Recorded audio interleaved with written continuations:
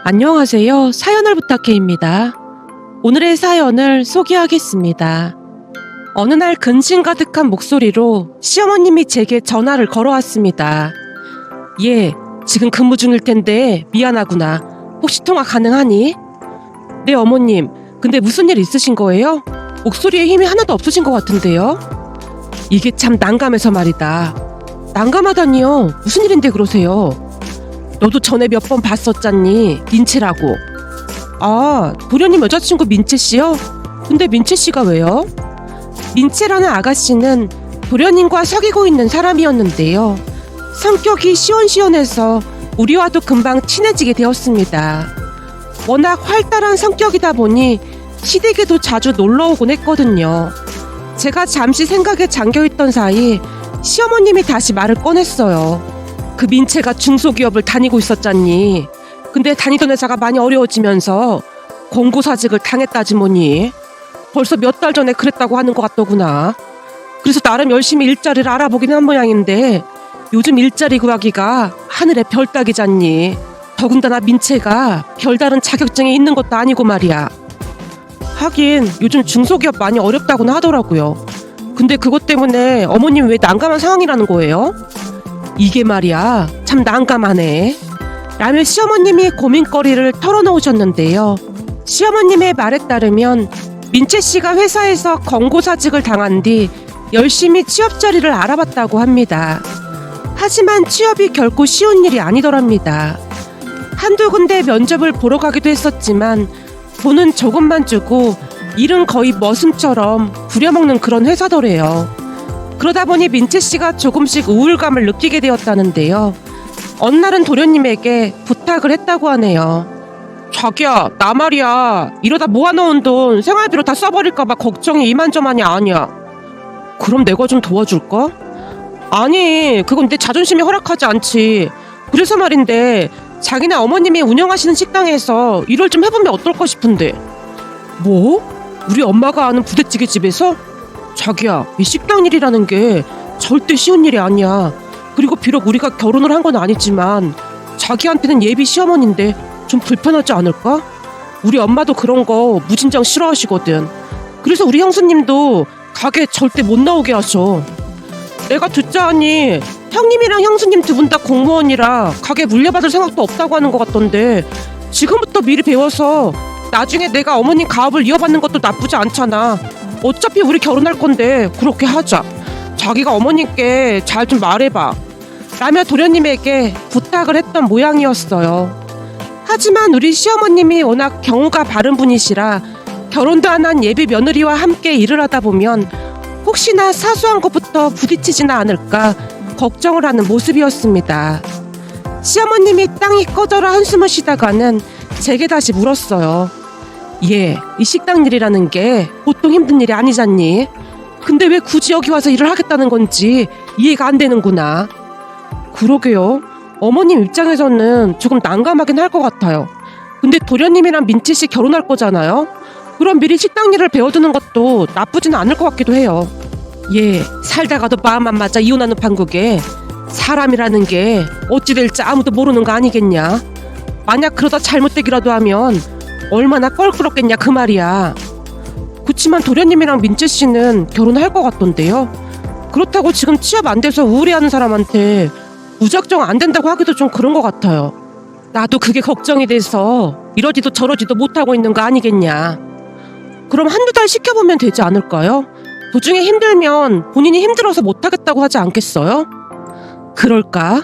그럼 한두 달만 시켜볼까? 그러다 문제 생기면 다시 얘기해보면 될 것 같아요. 근데 그동안 지켜보니까 민채씨 성격이 워낙 좋아서 큰 문제는 없을 것 같긴 해요. 그래, 알았다. 그럼 그렇게 해봐야겠구나. 네 시동생이 어찌나 귀찮게 하는지 모르겠어. 어머님, 그런데 그건 확실하게 해야 할 것 같아요. 혹시나 문제가 되면 같이 일 못한다고요. 근데 어머님 입장이 난처하긴 할 것 같네요. 그러게 말이다. 사실 난 민채랑 같이 일하고 싶지가 않다. 이게 보통 불편한 게 아니거든. 시어머님이 걱정스레 전화를 끊었습니다. 물론 저도 걱정이 전혀 안 되었던 건 아니었지만 평소 민채씨 성격이 좋아 보였기에 괜찮지 않을까 생각하고 말았는데요. 얼마 뒤에 엄청난 문제가 발생하게 될 줄 누가 알았겠습니까? 우선 민채 씨는 시어머님이 운영하는 부대찌개 식당에서 일을 시작했습니다. 워낙 성격이 밝고 싹싹했기에 처음 한동안은 식당을 찾아주시는 단골 손님들도 좋아한다고 했어요. 어느 날 시어머님이 기쁜 목소리로 전화를 해왔거든요. 가만히 지켜보니 내가 괜한 걱정을 했던 것 같구나. 민채가 아주 밝고 싹싹해서 손님들도 그렇게 좋아하는구나. 일도 나서서 척척 잘하고 아주 마음에 들어. 진짜요? 정말 다행이네요. 이왕 이렇게 된 거 열심히 해서 어머님 가업을 그대로 물려받아도 괜찮을 것 같아요. 나도 그런 생각이 들긴 하는데 혹시 넌 서운하고 그런 건 없는 거니? 그래도 네가 맏며느리인데 서운할까봐 걱정도 되는구나. 어머님, 저는 지금 하고 있는 일이 아주 적성에 맞는걸요. 그 식당 일도 소질이 있어야 가능한 거지. 저처럼 음식에 젬병인 사람들이 맡아서 하면 멀쩡한 식당도 한순간에 망하는 수가 있거든요. 무엇보다도 음식 만드는 거 제 적성에 맞지도 않고요. 그렇게 생각해주면 내 입장에서야 고맙긴 하지. 나도 민채가 잘만 배워서 한다고 하면 열심히 가르쳐줄 참이다. 민채 씨가 시어머님 식당에서 2달째 일을 할 때까지만 해도 시어머님이 아주 만족하고 계신 듯해 보였어요. 그러던 어느 주말 남편과 함께 식당으로 들어갔는데요. 시어머님이 근심 가득한 표정으로 우리에게 말을 했어요. 요즘 참 이상하게 매출이 확 줄었지 뭐니. 배달 매출도 그렇고 가게 손님도 확 줄었어. 니들이 음식 먹어보고 혹시 맛이 변한 건지 한번 봐주렴. 우리가 자리에 앉자마자 시어머니께서 부대찌개를 준비해 주셨는데요. 남편과 제가 맛을 봤지만 딱히 달라진 것 같진 않았어요. 어머님, 음식 맛은 그대로인데요? 그래? 그런데 왜 갑자기 손님이 이렇게 줄은 건지 모르겠구나. 아무리 생각해봐도 이유를 모르겠어. 혹시 주변에 새로운 음식점이 생긴 건 아닐까요? 아니야. 내가 그것도 다 조사해봤는데 근처에 새로 생긴 음식점도 없어. 거기다 더 이상한 건 이 근처 다른 집들은 매상에 큰 문제가 없는데 우리 집만 확 줄었다 그 말이야. 진짜요? 왜 그런 거지? 맛은 예전 언니랑 달라진 게 없는 것 같은데. 근데 민채 씨는 오늘 안 나왔나 봐요. 나오긴 했는데 속이 안 좋다고 잠시 화장실에 갔다. 요즘 들어 속이 안 좋다는 말을 많이 해서 그것도 걱정이구나. 속이 안 좋다면 혹시 그런 건 아니겠죠? 그런 거라니? 왜 그런 거 있잖아요. 속도 위반? 그런 거요. 아니야. 그런 건 절대 아니고 민채 말로는 원래부터 수시로 체해서 자주 토하고 그랬다고 하더구나. 오늘도 뭘 잘못 먹었는지 계속 화장실을 들락날락 하고 있네. 시어머님이 걱정스레 말을 하고 있었는데요. 홀에서 식탁을 정리하던 한 직원분이 짜증이 난다는 듯이 말을 했어요. 아픈데 전혀 없습니다. 술병 난 거지요. 유찬이 엄마, 그게 무슨 말이에요? 술병이란요. 시어머님이 그 직원분에게 대묻고 있었는데요. 말 그대로입니다. 술병이 났어요. 출근할 때 보니 혹시나 술 냄새 날까봐 향수까지 뿌리고 난리도 아닌 것 같은데 술꾼은 술꾼이 알아본다고 딱 보니 보통 술꾼이 아닙니다.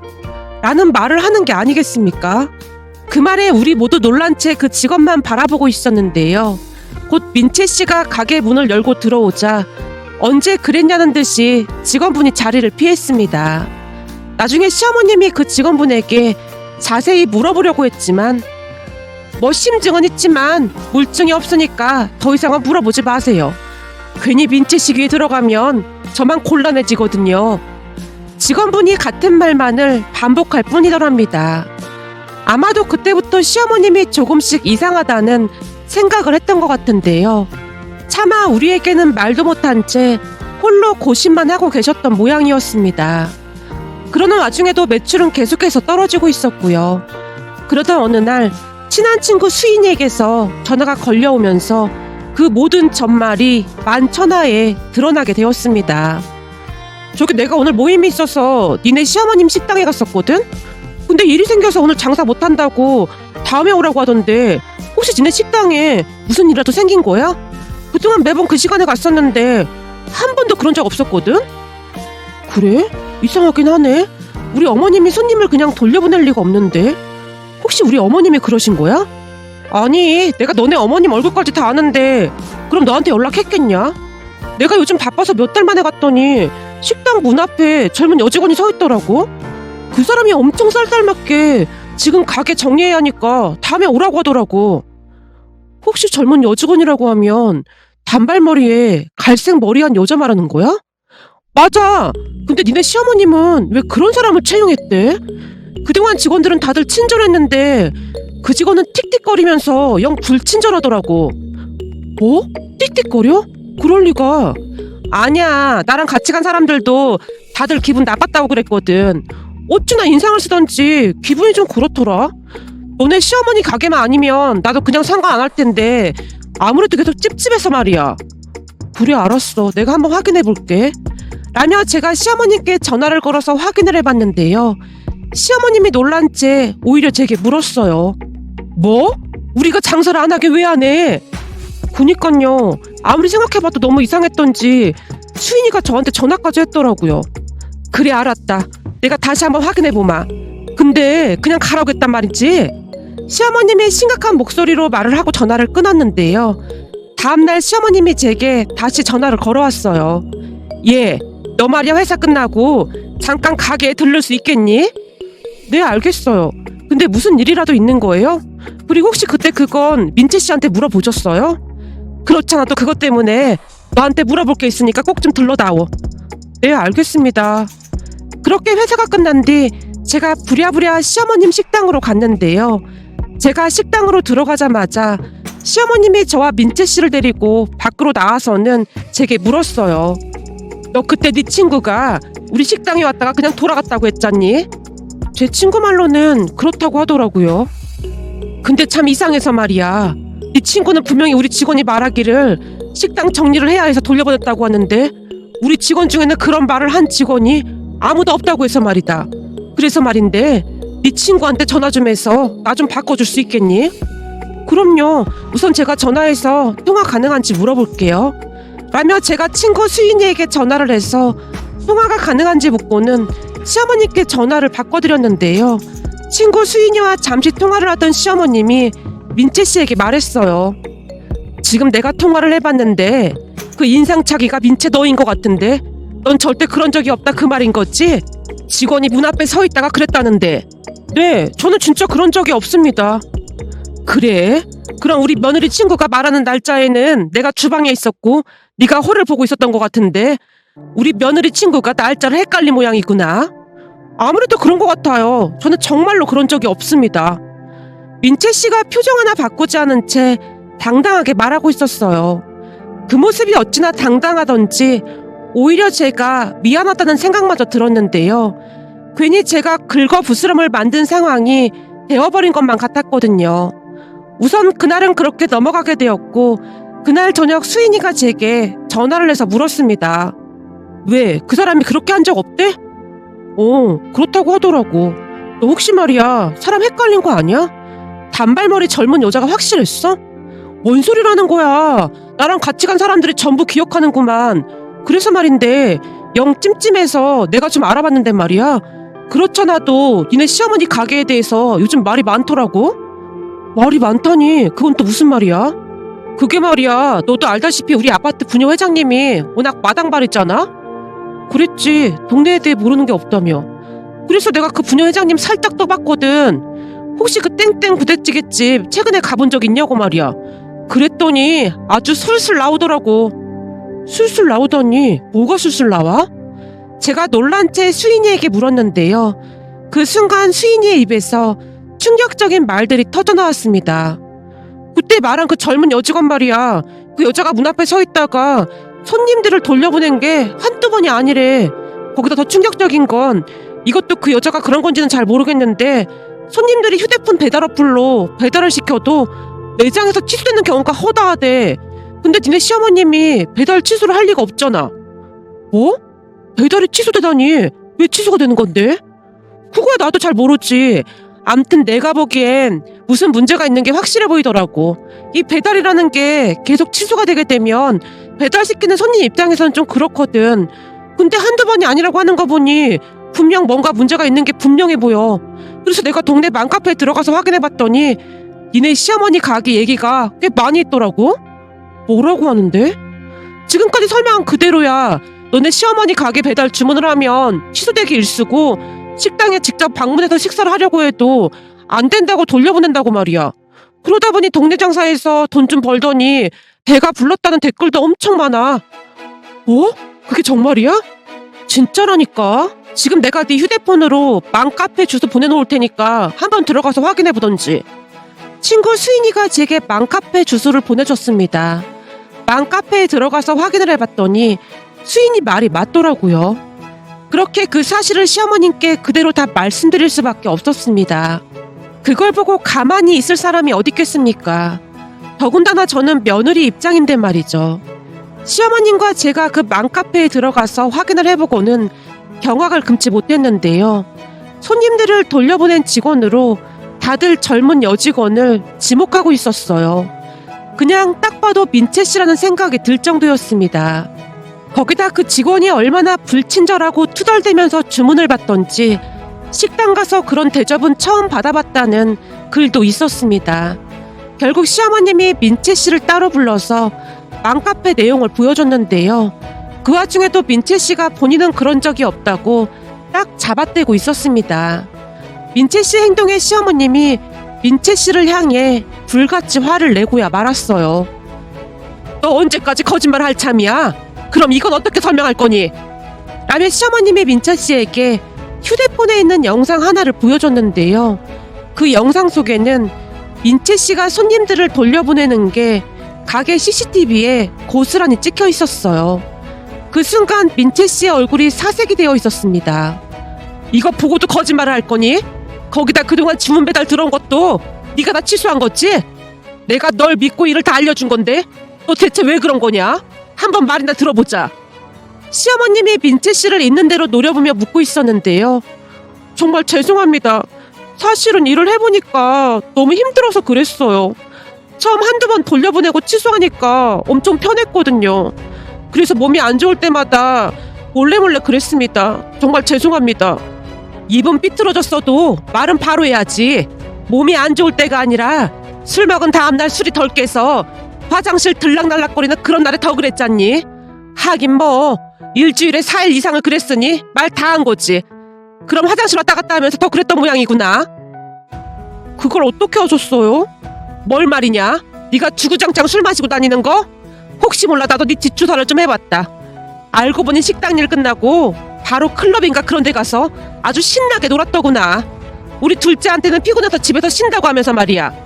거기다 네가 다녔다던 전 직장에도 은근슬쩍 알아봤더니 거기서도 술 먹고 허구한 날 화장실 들락거리고 어디 나자빠져서 잠이나 자고 그랬다며? 그래서 쫓겨났다며? 아니 그걸 어떻게 하셨어요? 어떻게 아셨는지는 네가 알 필요 없고 너 이제 우리 식당에 나오지 마라. 그리고 그동안 네가 취소하고 돌려보낸 손님들 음식값 네가 다 배상해. 네? 그걸 제가 어떻게 다 배상해요? 앞으로는 안 그럴게요. 한 번만 용서해 주세요. 아니 나 필요 없고 난 네 얼굴 보고 싶지도 않으니까 다시는 내 앞에 나타나지도 마라. 참 그리고 우리 둘째가 너한테 연락할 테니까 연락 잘 받고. 라며 시어머님이 민채 씨를 내쫓아버렸습니다. 그 뒤 도련님도 민채 씨의 정체를 알고는 헤어짐을 통보했는데요. 민채 씨가 몇 번이나 찾아와서 빌고 난리도 아니었다네요.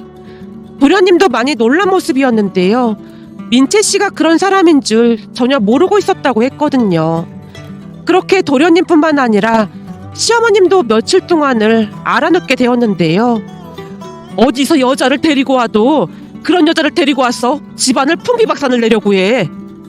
어머님, 도련님도 이번에 많이 배우고 뉘우쳤다고 하잖아요. 그래도 저는 오히려 잘 된 것 같은데요. 이 와중에 잘 되긴 뭐가 잘 돼. 그렇잖아요. 만약 도련님 여자친구가 그런 사람인 줄 모르고 결혼까지 했어봐요.